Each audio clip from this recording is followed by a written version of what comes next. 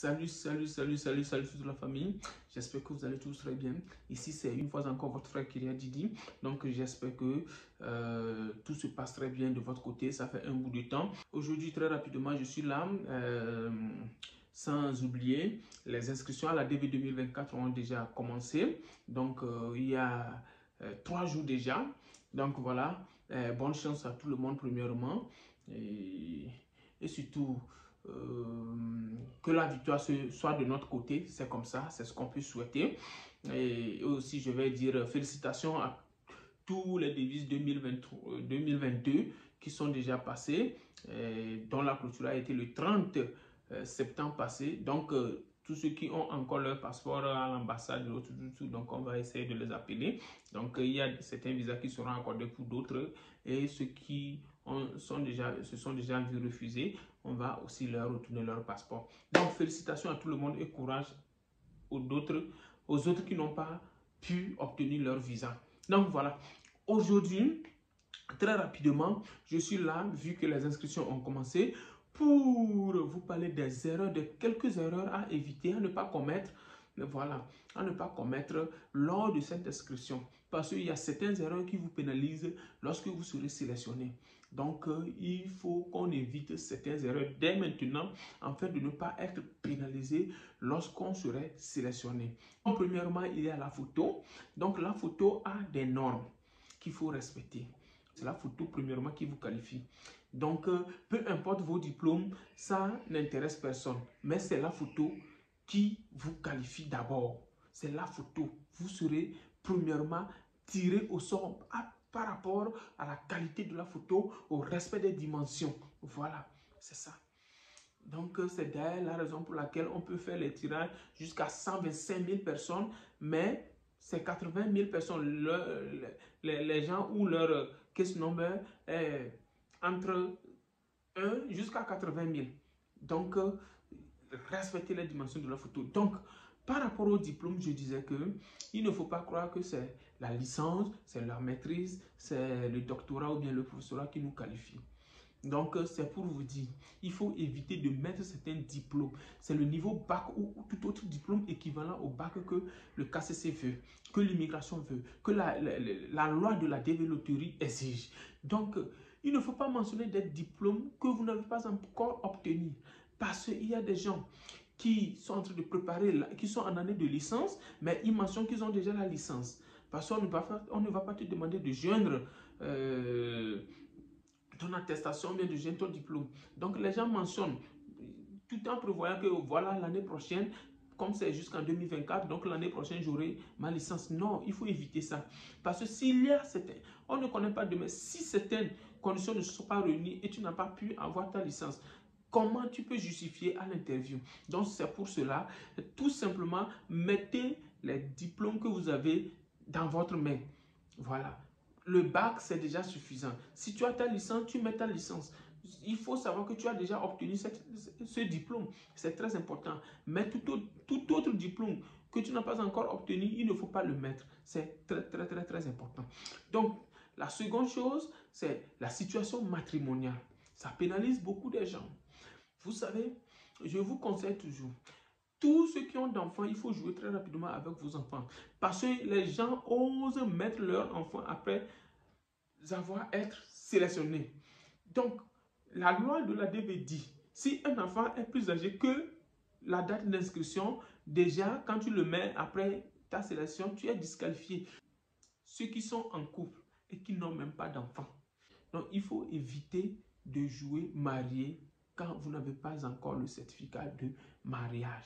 Mais si vous avez d'enfants, vous pouvez tenter votre chance pour jouer marié parce que des fois à l'ambassade, quand vous justifiez votre interview par rapport à l'enfant ou bien votre mariage par rapport à l'enfant que vous avez, des fois par rapport à certains consuls, ils tolèrent. Donc, c'est très important. Il faut éviter de jouer marié si vous n'avez pas d'enfant et si vous êtes seulement en concubinage.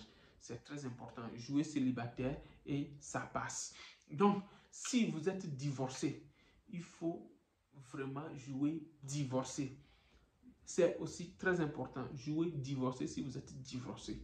Si vous êtes en processus d'annulation, de divorce et que, comment appelle-t-on, le processus est en cours, vous pouvez jouer séparé. Ça, ce n'est pas un problème. Donc, vous pouvez jouer séparé et vous allez justifier par le document que vous avez actuellement. Donc, c'est très, très, très, très important. Donc, troisième chose, aussi, il y a le pays d'éligibilité. Des fois, nous ne comprenons pas pourquoi nous disons pays d'éligibilité, pays non éligible. C'est quoi en fait pays d'éligibilité? Donc, le pays d'éligibilité, c'est le pays où tu es né, dans lequel tu es né, je m'excuse. C'est le pays dans lequel tu es né. Voilà. C'est le pays qui t'a octroyé la naissance, l'acte de naissance. Ce n'est pas le pays de naturalisation, non. C'est-à-dire que tu es né au Nigeria, par exemple, tu es né au Nigeria, mais actuellement tu es, je vais dire, à Madagascar et tu t'es naturalisé malgache. Donc, le pays d'éligibilité, c'est le Nigeria, parce que c'est là où tu es né. Donc, le pays d'éligibilité, c'est le Nigeria. Malheureusement, le Nigeria n'est pas éligible. Vous voyez? Donc, c'est ça. Mais quand tu te trouves dans une situation comme ça, où ton pays de naissance n'est pas éligible, si tu as un conjoint, il faut prendre le pays de ton conjoint, si le pays de ton conjoint est éligible. Si l'un de tes parents vient d'un pays éligible, tu choisis très rapidement le pays de ton parent comme pays d'éligibilité. Donc, c'est ça.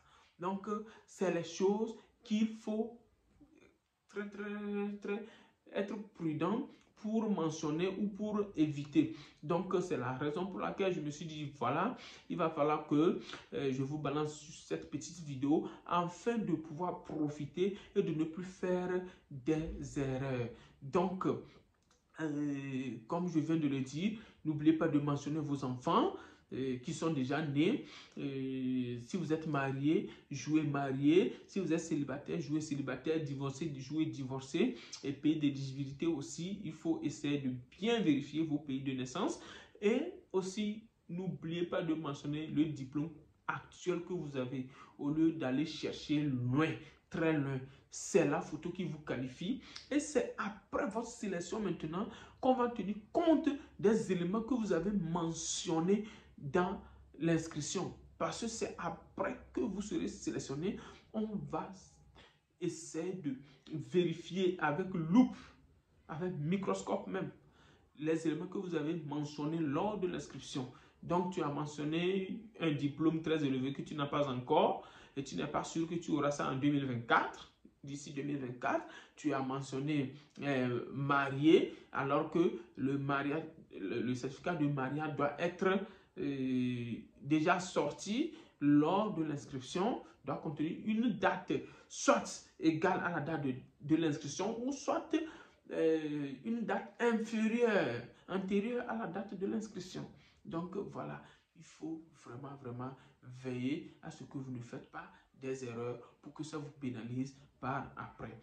Donc je vous souhaite une fois encore bonne chance et que la protection de Dieu soit sur vous et que Dieu même, que la volonté de Dieu soit faite. Parce que nous sommes des êtres humains, on ne peut rien faire, mais que la volonté de Dieu soit faite. Donc voilà, ceux qui sont ici pour la première fois, ici une fois encore c'est Kyria Didi, abonnez-vous, partagez au maximum la vidéo afin que tout le monde puisse en profiter et très rapidement aimez et likez. Ciao, ciao.